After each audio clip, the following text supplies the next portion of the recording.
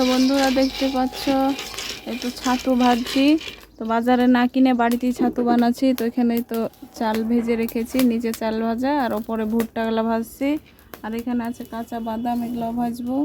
আর ছোলা আছে, ছোলাগুলো ভাজবো। বন্ধুরা দেখতে পাচ্ছ আমার ছাতুগুলো বানানো হয়ে গেছে পুরো 1 ঘন্টা ধরে। ওই সকাল থেকে এত গরমে বসে বসে ভাজলাম ছাতুগুলা। তো এই দেখো ভাজা রেডি। তো এগুলো একদম মেলে পিছালেই ছাতু রেডি একদম বাড়িতেই। তো না কিনে বাড়িতে তোমরা এরকমভাবে বানাতে পারো। ছোলা, তারপর ভুট্টা, চাল যে যা দিবে সব দিয়ে বানানো হবে। তো আমি গমটা দিইনি,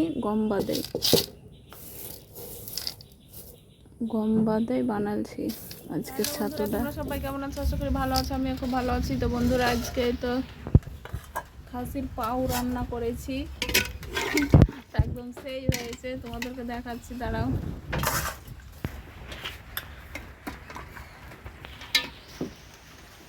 ওই দেখো পুরো একদম গলে গেছে, একদম দারুণ হয়েছে সিদ্ধটা।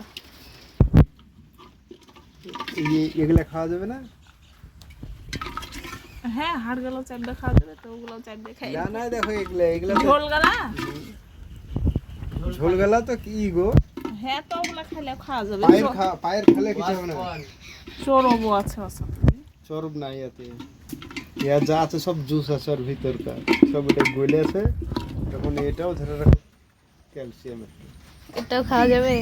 তো বন্ধুরা দেখতেই পাচ্ছ কত সুন্দর, একদম দেখেই খেতে ইচ্ছা করছে। তো পুরো রান্নাটা তোমাদেরকে দেখাইনি, আগে থেকে মানে গরম করে সিদ্ধ হয়েছে, একদম মাংসগুলো ছুটে ছুটে গেছে, হাড়গুলো দেখা যাচ্ছে। এই দেখো মাংসগুলো ছুটে ছুটে গেছে। তো দেখতে তো একদম দারুণ লাগছে, খেতেও দারুণ লাগছে।